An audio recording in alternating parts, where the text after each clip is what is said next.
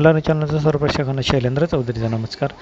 Remdesivir injection संदर्भात नंदुरबार जिल्हाधिकारी doctor Rajendra Bharud यांनी नंदुरबार जिल्ह्यातील जनतेला केलेलं आवाहन की रेमडेसिवीर इंजेक्शन हे कोणासाठी आवश्यक आहे, ते कोणी घ्यावं आणि रेमडेसिवीर इंजेक्शन घेण्यासाठी नेमकं कोरोनाचं किती प्रमाण असावं व कोरोनाच्या कोणत्या रुग्णाने हे रेमडेसिवीर इंजेक्शन घ्यावं, तसेच कोणत्याही कोरोनाची टेस्ट केल्यानंतर रेमडेसिवीर इंजेक्शन हे घेणं सक्तीचं न करता रेमडेसिवीर इंजेक्शन घेण्यासाठी ते ठरवून दिलेल्या कोरोना रुग्णांनी आणि संबंधित डॉक्टर्स यांनी रेमडेसिवीरची जी तीव्रता आहे त्यानुसारच रेमडेसिवीर इंजेक्शन घ्यावे.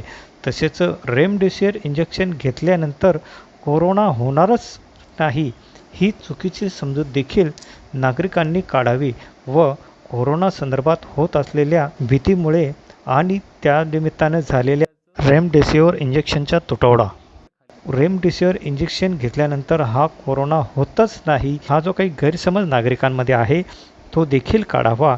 या संदर्भात कोरोना आणि रेमडेसिवीर इंजेक्शन संदर्भात नंदुरबार जिल्हाधिकारी डॉक्टर राजेंद्र भारुड यांनी जनतेला अनेक अमूल्य असे मार्गदर्शन केले आहे.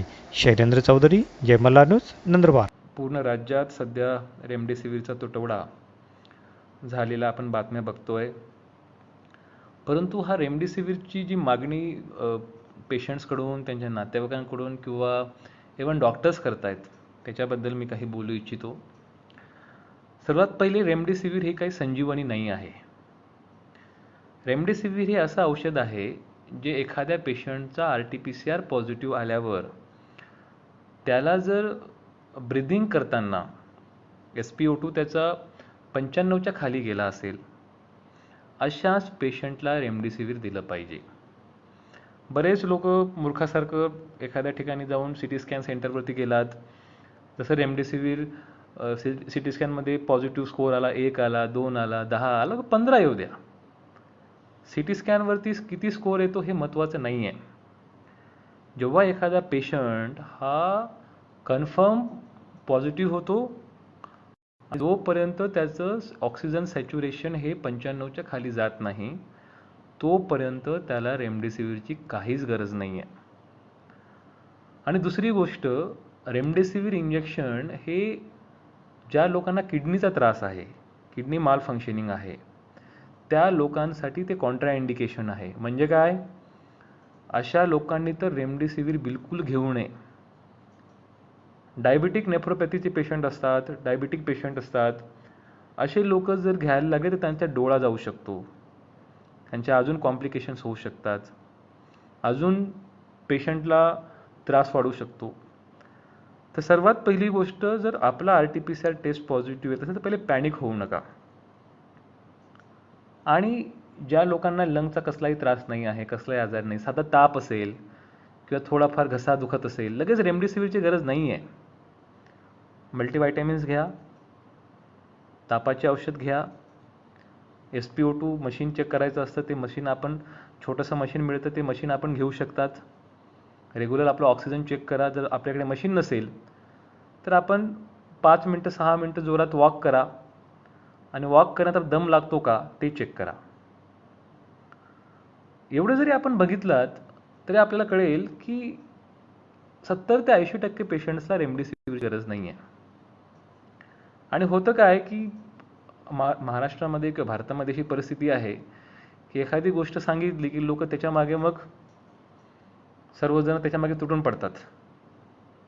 काही लोक तर असेही महाभाग आहेत की भविष्यामध्ये मला कोरोना होऊ शकतो म्हणून आताच रेमडेसिवीरचा स्टॉक करून ठेवला पाहिजे. आणि याच्यामुळे जे खरंच ज्यांना जेन्युइन गरज आहे, जेन्युइन ज्या लोकांचं ऑक्सिजन सॅच्युरेशन ड्रॉप झालं आहे, अशा पेशंट्सला सुद्धा रेमडेसिवीर मिळणं फार कठीण होतं आहे. बरेचसे डॉक्टर्स हे फक्त HRCT स्कोअर बघून रेमडेसिवीर देत आहेत. अत्यंत चूक आहे. रेमडेसिवीर देण्याचं एकमेव रिझन आहे ते म्हणजे आपला ऑक्सिजन स्कोअर जेव्हा ड्रॉप होतो आणि फक्त एक इंजेक्शन लागत नाही, त्याला 6 इंजेक्शन लागतात आणि ते 6 कंटिन्यूस डोसने द्यायचे असतात. आणि हे सर्व देऊन सुद्धा पेशंटचा जीव वाचेल याची शक्यता नाही आहे. रेमडेसिवीर बेसिकली आपल्या स्टिरॉइड्सच्या माध्यमातून इम्युनिटी थोडीशी आपली डाऊन करतो, जेणेकरून रिॲक्शन होणार नाही आणि फायब्रोसिस होणार नाही. काही काही पेशंटमध्ये, डायबेटिक पेशंटमध्ये रेमडेसिवीरमुळे लंग फायब्रोसिस झालेला आहे, पूर्णपणे लंगचा लोब निकामी झालेला आहे. तर एवढ्या सर्व कॉन्ट्राइंडिकेशन असताना उगीच लोक रेमडेसिवीरची मागणी करतात. तसंच ऑक्सिजनच्या बाबतीमध्ये सुद्धा फक्त पॉझिटिव्ह आलात म्हणून घाबरतात लोक, पॅनिक होतात आणि हॉस्पिटलमध्ये जाऊन ऑक्सिजनचे बेड ऑक्युपाय करतायत. काही गरज नाही आहे. आपण आयसोलेशन सेंटरला थांबा, घरी थांबा, योगा करा, वॉकिंग करा, साधा ताप असेल किंवा काही खोकला असेल, ह्या छोट्या छोट्या गोष्टींमधून आपण तात्काळ आपले सिम्प्टमॅटिक ट्रीटमेंट घ्या. 80% 90% लोक असेच बरे होत आहेत. पण माझी नागरिकांना परत विनंती आहे, जेव्हा एखादी कंपनी, आपल्याकडे 2-3 कंपनी हे बनवतात, सिप्ला असेल किंवा एक बँगलोरची कंपनी आहे, तर जेव्हा स्टॉक बनतो तर स्टॉक बनवल्यावर साधारणतः 1 महिना त्याच्यामध्ये मायक्रोबियल टेस्टिंग असते, विविध पॅरामीटर टेस्टिंग असते. ह्या सर्व टेस्टिंग करत करत तो स्टॉक साधारणतः 1 महिना लागतो त्याला बाहेर मार्केटमध्ये येण्यासाठी.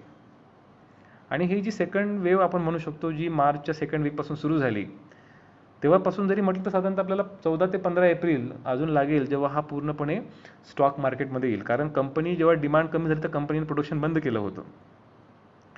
आणि म्हणून पहिली गोष्ट तर आपण आपली स्वतःची काळजी घ्या. घराबाहेर पडताना, कामाला जाताना जेवढं काळजी घेताल तेवढं घ्या. आणि दुसरी गोष्ट, जर चुकून पॉझिटिव्ह आलात तर पॅनिक न होता पहिले स्वतःला शांत करा, डॉक्टरांचा सल्ला घ्या, स्वतःचं SpO2 टेस्ट करा. जर SpO2 टेस्ट काय सिम्पल ते मशीन असतं पल्स ऑक्सिमीटर, ते जर नसेल तर 6 मिनटं वॉक करा. दम लागत असेल तर डॉक्टरांकडे जाऊन SpO2 चेक करा. जर ऑक्सिजन 95च्या वरती असेल तर काही घाबरायची गरज नाही. आपण घरी थांबा, आयसोलेशन सेंटरला थांबा, चांगलं हेल्दी जेवण घ्या, फक्त आपल्या इतरांशी संपर्कात येऊ नका, आपल्या घरच्या लोकांशी. आणि 10-12 दिवसात आपण बरे होणार. 14 दिवसामध्ये तुम्ही नॉर्मल लाईफ करू शकतात. परंतु जेव्हा तुम्ही हॉस्पिटलमध्ये ॲडमिट होतात तेव्हा इतर सर्व पेशंट्सला व्हेंटिलेटर लावलेलं असतं, ते बघून तुमचं अजून मन डिप्रेस होतं, अजून तुमचा रोग वाढतो. किंवा आपली जी लाईफस्टाईल आहे ती लाईफस्टाईल एवढी हेल्दी बनवा की कसल्याही प्रकारचा आपल्याला हे त्रासच होणार नाही मुळात. ह्या सर्व गोष्टी बाजूला ठेवून आपण उठसूट रेमडेसिवीर आणि ह्याच गोष्टीच्या मागे लागलो, ज्याची बिलकुल आवश्यकता नाही. तर ही जी स्केअरसिटी निर्माण झाली ती ह्यामुळे निर्माण झाली की बरेचसे जनरल प्रॅक्टिशनर्स किंवा डॉक्टर्स हे विदाऊट अप्लाइंग देअर ब्रेन ते प्रिस्क्रिप्शन देतात आणि म्हणून पूर्ण शासनाला, गव्हर्नमेंटला, प्रशासनाला एकाच वेळी वेठीस धरतात. माझी परत सर्वांना विनंती आहे की तुम्ही सर्व लोक घरी राहा, सुरक्षित राहा. आणि रेमडेसिवीरबद्दल ज्या काही चुकीच्या कन्सेप्ट्स पसरत आहेत, मी स्वतः डॉक्टर आहे, मी या गोष्टी हक्काने सांगू शकतो की कुठले औषध कधी दिलं पाहिजे आणि जर त्याचा अतिरेक झाला तर त्याच्या फायद्यापेक्षा साईड इफेक्ट जास्त होतील. ही जरी गोष्ट पेशंट आणि त्यांच्या नातेवाईकांनी समजून घेतली तर उगीच रेमडेसिवीरच्या मागे जी ओढ चाललेली आहे ती होणार नाही. आपलं ऑक्सिजन चेक करत राहा, प्राणायाम करा. ऑक्सिजन जर वाटला दम लागतोय तर डॉक्टरांकडे जाऊन चेक करा. जर ते ड्रॉप झालं तरच आपण रेमडेसिवीर घ्या, अन्यथा बिलकुल घ्यायची गरज नाही आहे. आणि हे सर्व शॉर्टेज जे आहे रेमडेसिवीरचं ते साधारणतः 15-16 तारखेपर्यंत राहणार, कारण तो कंपनीमधला जो स्टॉक आहे तो अजून मार्केटमध्ये यायला थोडा उशीर लागतो. कारण 1 महिना, जसं बोललो की 1 महिना हा बफर टाईम असतो. तुम्ही आज जरी प्रोडक्शन सुरू केलं तरी त्याला मार्केटमध्ये यायला 1 महिना त्याच्या सर्व टेस्टिंग पॅरामीटर्स करत करत वेळ लागतो. आणि म्हणून मैं गुजराल जी बोल रहे कि हिंदी में बताइए, तो हिंदी में ये बता रहा था मैं कि हमारे स्टेट में जो आर्टिफिशियल स्केरसिटी शुरू हुई रेमडेसिवीर की, वो इस कारण शुरू हुई कि काफ़ी सारे डॉक्टर बड़े पैमाने पे रेमडेसिवीर प्रिस्क्राइब कर रहे हैं, वो बिल्कुल ज़रूरत नहीं है. कोई कोई पेशेंट जानबूझ के कि मुझे बस इन्फेक्शन में मुझे रेमडेसिवीर चाहिए, उसके बिना मैं जी नहीं पाऊँगा, ऐसा नहीं है. 90% पेशेंट्स ऐसे रहते हैं जिनका ऑक्सीजन 95% के ऊपर रहता है, खास करके यंग लोगों में. जो सीनियर सिटीज़न है, जिनका लंग का प्रॉब्लम है, अस्थमा का प्रॉब्लम है, कोई कार्डियक डायबिटिक इशू है, उन लोगों का ऑक्सीजन कुछ कोर्स में कम हो सकता है. इन लोगों को ज़्यादा ज़रूरत है. और अभी क्या हो रहा है, बिकॉज सभी लोग रेमडेसिवीर मांग रहे हैं, तो जो ज़रूरतमंद पेशेंट है उनको रेमडेसिवीर मिल नहीं रही है. तो मेरी आपसे और सभी डॉक्टरों से भी मेरी दरख्वास्त रहेगी आप लोगों को समझाइए। HRCT के आधार पे आप रेमडेसिविर मत लीजिए। HRCT ये सिर्फ लंग इन्वॉल्वमेंट दिखाता है, उसका जब तक ऑक्सीजन सैचुरेशन 95% के नीचे नहीं जा रहा है तब तक उसको ज़रूरत नहीं है।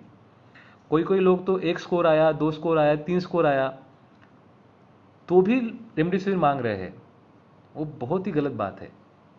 और जब तक ये आप सब चीज़ें नहीं करोगे, बहुत बड़ा आर्टिफिशियल शॉर्टेज अगले 8-10 दिन तक आएगा।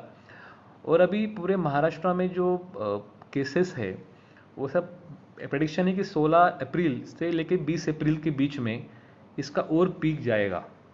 जो ट्रेंड रहता है वेव का, उसके हिसाब से 16 to 21 अप्रैल में और पीक जाएगा। तो इसीलिए हमें और सतर्क रहने की ज़रूरत आहे। आपल्याला अजून जास्त काळजी घ्यायची गरज आहे, कारण बरेचसे डॉक्टर्स आणि एक्सपर्टचं म्हणणं आहे की पीक अजून यायचं बाकी आहे।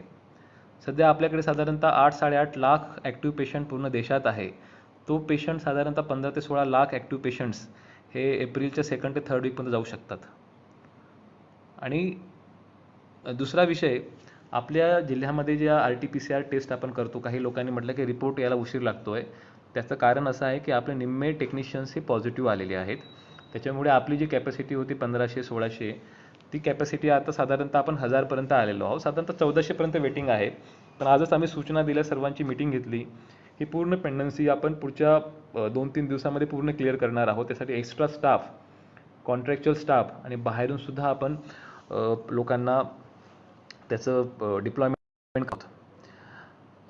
MPCच्या बाबतीमध्ये त्या दिवशीसाठी MPC सेंटर्स आपल्या नंदुरबारला आहे, तर त्या दिवशीसाठी मी ST महामंडळाला पत्र देतोय।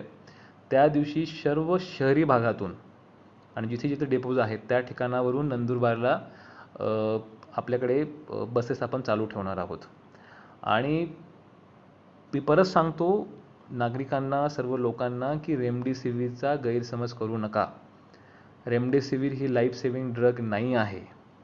रेमडेसिवीर फक्त आणि फक्त SpO2 ज्यांचं 95च्या खाली जातं अशा लोकांना सपोर्टिव्ह इंजेक्शन आहे। अदरवाईज रेमडेसिवीरचे साईड इफेक्ट खूप जास्त आहे आणि म्हणून अति रेमडेसिवीरचा वापर बऱ्याचशा लोकांना परमनंट लंग फायब्रोसिस करू शकतं। परमनंट रेटायनल डॅमेज, डोळ्यांची जी रेटिनोपॅथी ते जाऊ शकते आणि किडनी मालफंक्शनसुद्धा होऊ शकतं। म्हणून रेमडेसिवीरचा वापर फक्त आणि फक्त oxygen dropdown with renal profile. Renal profile म्हणजे काय? तुमच्या किडनीच्या रिनल फंक्शन टेस्ट कशा आहेत, क्रिएटिनिन कसा आहे, युरिया कसा आहे, हे सर्वांचा आधार घेऊनच आपण रेमडेसिवीर डॉक्टरांकडून घेतली पाहिजे। फक्त HRCT स्कोअर किंवा RT-PCR पॉझिटिव्ह असल्यावरती रेमडेसिवीरची गरज नाही आहे। दुसरा विषय, लसीच्या बाबतीमध्ये मी स्वतः 2 डोस कोविशिल्डचे घेतलेले आहेत आणि आपल्या जिल्ह्यामध्ये जवळपास 50,000 सिनियर सिटीजन्सच्या 50,000च्या वरती सिनियर सिटीजनने लस घेतलेला आहे आणि 85 ते 90% फ्रंटलाईन वर्कर आणि हेल्थ वर्करनी पण लस घेतलेली आहे। तर लस घेतल्याचा सर्वात पहिला फायदा हा आहे की लस घेतल्यानंतर डेथचा प्रमाण हा खूप कमी होऊन जातो आणि इन्फेक्शनचे चान्सेससुद्धा खूप कमी होऊन जातात। त्याच्यामुळे उगीच गैरसमज करून घेऊ नका की लसामुळे इन्फेक्शन वाढलं किंवा हे वाढलं। लस दिल्यानंतर तुम्हाला इन्फेक्शन होणार किंवा नाही होणार याच्यापेक्षा आपली जी मोर्टॅलिटी आहे किंवा पर्सेंटेज चान्सेस ऑफ डेथ आहेत ते फार कमी होतात। म्हणून लस घेतल्यावरती आपण आपल्यासाठी, आपल्या घरातल्या मुलाबाळांसाठी, सिनियर आपल्याला सोशल बिहेवियर आणि कोविड ॲप्रोप्रिएट बिहेवियर पाळवायचंच आहे। परंतु त्याच्यानंतर ज्या सिम्पटम्स आणि कॉम्प्लिकेशन्स येतात, त्या सर्व सिम्पटम्स आणि कॉम्प्लिकेशन्स, त्याचे जे इफेक्ट्स आहेत ते खूप मोठ्या प्रमाणात कमी होतात। म्हणून मी सर्व मित्रांना विनंती करेल की आम्ही बऱ्याचशा ठिकाणी कॅम्प घेतो आहोत। फॉर एक्झाम्पल शहादा असेल, नंदुरबार असेल, तर आपले सर्व नातेवाईकांना कन्व्हिन्स करा की तुम्ही लस घ्या। बरेचसे जिल्ह्यामध्ये लसांचा डोस संपला आहे, पण नंदुरबारला अजूनसुद्धा 25,000 डोस शिल्लक आहेत। तर आपल्याकडे 52 सेंटरला लसीकरण चालू आहे। तर माझी विनंती आहे, आपल्या ज्येष्ठांना, 45 वर्षाच्या सर्व वयाच्या लोकांना फक्त मोबाईल आणि आधार कार्ड एवढं घेऊन पाठवा। त्यांचं स्पॉट रजिस्ट्रेशनही लगेच लस मिळेल। जेवढं जास्त लोकांना लस मिळेल तेवढं आपण ह्या खतऱ्यापासून, डेंजरपासून बाहेर निघू शकतो। सर्व लोक जे फेसबुकवरती लाईव्ह बघत आहेत, माझी परत विनंती आहे, आपण जास्तीत जास्त लोकांना रेमडेसिवीरची माहिती, लसीकरणाची माहिती आणि सध्याच्या सिच्युएशनमध्ये माहिती द्या. चांगल्या आणि पॉझिटिव्ह गोष्टी स्प्रेड करा. उगीच निगेटिव्ह गोष्टी बघून आपलंही मानसिक आरोग्य आणि कुटुंबांचं आरोग्य खराब नका करा. आणि खऱ्या गोष्टींची जर माहिती आणि प्रचार प्रसिद्धी झाली, म्हणजे इनफॅक्ट कोविडसाठी HRCT करायची मुळीच गरजच नाही आहे. बरेच लोक काही ना कारणास्तव HRCT करतात, त्याची आवश्यकता नाही आहे. रेमडेसिवीर तुम्ही RT-PCR करा, रॅपिड अँटीजन टेस्ट करा. जर पॉझिटिव्ह आला तर फक्त ऑक्सिजन सॅच्युरेशन बघा. ऑक्सिजन सॅच्युरेशन ड्रॉप होऊ नये म्हणून सर्व प्रकारचे प्राणायाम, मेडिटेशन, व्यायाम करा. ड्रॉप झालं तर डॉक्टरांकडे जा. आपलं रेनल प्रोफाईल चेक करा, फंक्शन टेस्ट चेक करा. डायबिटीस नसेल किंवा डायबेटिक नेफ्रोपॅथी नसेल तर मग डॉक्टरांच्या सल्ल्याने रेमडेसिवीर घ्या. नाहीतर उठसूट लोकांनी CT स्कॅनला गर्दी केली, रेमडेसिवीरला गर्दी केली, असं वाटलं की आता हे भेटलं नाही तर मग जगायचं काही नाहीच आहे. तर ह्या बेसिक प्रिन्सिपल्स यांना आपल्याकडे समहाऊ माणसांनी शास्त्रापेक्षा अफवांवर जास्त भरोसा ठेवतात. कोणी काहीतरी बोललं लगेच त्याच्या मागे सुटतात. तर please believe in scientific evidence. आणि दुसरा विषय लॉकडाऊनच्या बद्दल सुद्धा, आज जी ब्राझीलला परिस्थिती आहे, रोज साधारणतः 4,000 ते 4,500 लोकांची डेथ होते. सर्व हॉस्पिटल्स फुल आहेत, टेस्टिंग होत नाही आहेत, कुठल्याही प्रकारचं लॉकडाऊन नाही आहे. त्याच्यामुळे कितीतरी लोकांचा जीव चालला आहे. तर कृपया ज्या काही गव्हर्नमेंटच्या आणि प्रशासनाच्या ज्या सूचना आहेत त्याचं पालन करा. जेव्हा एखाद्या घरातला कोणी व्यक्ती जातो, करता पुरुष जातो, त्याचं दुःख फक्त ते कुटुंब समजू शकतं. आणि म्हणून आपण कोणाच्या दुःखामध्ये त्या दुःखाला आपण कारणीभूत ठरवू नये. त्याच्यामुळे जे सूचना गव्हर्नमेंट देतं आहे, प्रशासन, पालन करा. उगीच प्रत्येकजण स्वतः एक्सपर्ट बनवू नका. आणि ज्या सूचनांचं जर पालन केलं तर आपण स्वतः आणि आपल्या परिवारासुद्धा आपण सुरक्षित ठेवू शकतो. एवढं मी बोलतो. आमचं कामच आहे रेग्युलर माहिती देणे आणि आमच्या अपडेट्स कळवणे. आतापर्यंत आपण 16 ॲम्ब्युलन्स घेतल्या होत्या. उद्या परत आपल्या जिल्ह्याला 11 ॲम्ब्युलन्सेस येत आहेत. साधारणतः 27 ॲम्ब्युलन्सेस आणि साधारणतः 12 बाईक ॲम्ब्युलन्स आपल्याला मिळत आहेत. ही खूप आनंदाची बाब आहे. आपल्या RAT टीम आपण वाढवतो आहोत. आणि सर्वात महत्त्वाची गोष्ट, जो व्यक्ती पॉझिटिव्ह येतोय त्याने कृपया कुठं फिरू नका. तेवढी तरी देशभक्तीची एक्झाम्पल, तेवढं तरी एक देशासाठी सेवा, की आपण जर पॉझिटिव्ह आलो तर कृपया आपल्याकडे आपण घरी थांबावं, 10 दिवस कळ काढावी, शांत राहावं. लोक तरीही फिरतात बाजारात, बाकीच्यांना इन्फेक्शन पसरवत आहेत. ह्या जरी बेसिक गोष्टी पाळल्या तरी खूपच कोविड कंट्रोल व्हायला 20 दिवस पण लागणार नाहीत. पण आमची लोक दुसऱ्यांवरती आरोप ठोकून, दुसऱ्यांवरती जबाबदार ठोकून स्वतः मोकळे होतात फिरायला. तर हे करू नका. जबाबदार नागरिकसारखे वागा. आणि हे जर केलात तर सर्वांना बेड मिळेल, सर्वांना रेमडेसिवीर मिळेल, सर्वांना ऑक्सिजन मिळेल. फक्त मला पॉझिटिव्ह झाला म्हणून लगेच हॉस्पिटलला जाऊन ॲडमिट व्हायची गरज नाही आहे. हे सारी गोष्टी केली तरी खूप बरं होईल अशी मला सर्वांकडून मला अपेक्षा आहे. आणि ज्या काही उपाययोजना आम्हाला करायच्या आहेत त्या आम्ही करूच, परंतु त्यासाठी आपल्या सर्वांचं सहकार्याची अपेक्षा आहे. धन्यवाद.